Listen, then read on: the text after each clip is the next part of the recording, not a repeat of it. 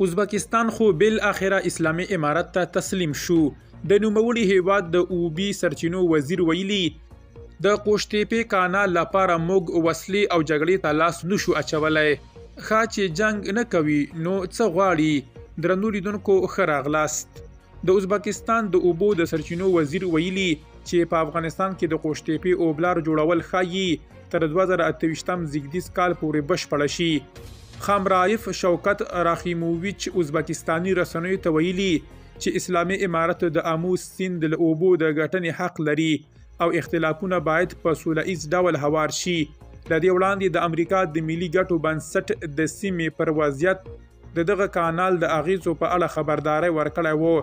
د قوشتېپې اوبلار چې اسلامي امارت د اموز سیند له اوبو د ګټې اخیستنې لپاره جوړوي تمه ده چې تر 2028 زیږدیز کال پورې بشپړه شي. خامرایف شوکت د خپل وزارت د عامه شورا لغړو او خبريالانو سره په ناسته کې ویلي چې باید د ښه ګاونډیتوب اړیکې وساتل شي او بې بنسټه اوازې جدي ونه ګڼل شي.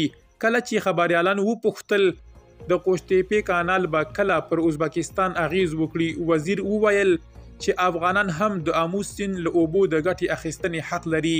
هغه ډیره کړه راځي رښتینی ووسو، افغانان زموږ خپلوان دي، دوی هم د اموز سیند له اوبو د ګټې حق لري. اوس په انټرنیټ کې لیکل کیږي دوی د قوشتېپې کانال جوړوي. دا څه معنا لري؟ آیا موږ باید وسلې واخلو او جګړه وکړو؟ نه، موږ اړیکې ټینګوو، خبرې کوو او خپلوي ساتو. نوموړی وایي موږ به ورو ورو هغوی ته دا وښیو چې هغوی ته خپل عادلانه حق ورکړل شي. بیا به رسمي اسناد، خبرې اترې، کاري یونونه او نورې هڅې ترسره شي.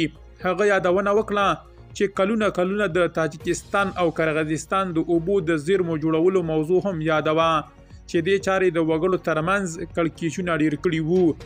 خامرایف شوکت وایي بې بنسټه خبرو ته غوږ مږ دی. د بیلګې په توګه که تاسو ته وویل شي چې ګاونډی مو لوڼو ته پر بده سترګه ګوري یا ستاسو ګاډی په کاڼو ولي نو تاسو به خفه شئ، خو که تاسو خپل ګاونډی د روژه ماتي لپاره وبلئ نو وبه وینئ چې څومره ښه انسان دی.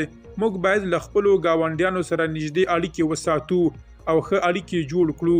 خامرایف شوکت وویل چې هغه په وروستیو کې 4 ځله افغانستان ته تللی او هلته د کورنۍ غړو په څیر د ازبک پلاوي هرکلی شوی.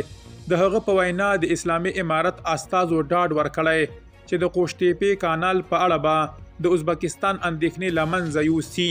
نوموړي ډیره کړې زه د ښه راتلونکي هیله لرم. د افغانستان سوله او ټیکاو زموږ لپاره هم مهم دي او البته ټولې مسلې په ځانګړي ډول د اوبو موضوع به ګام په ګام حل شي.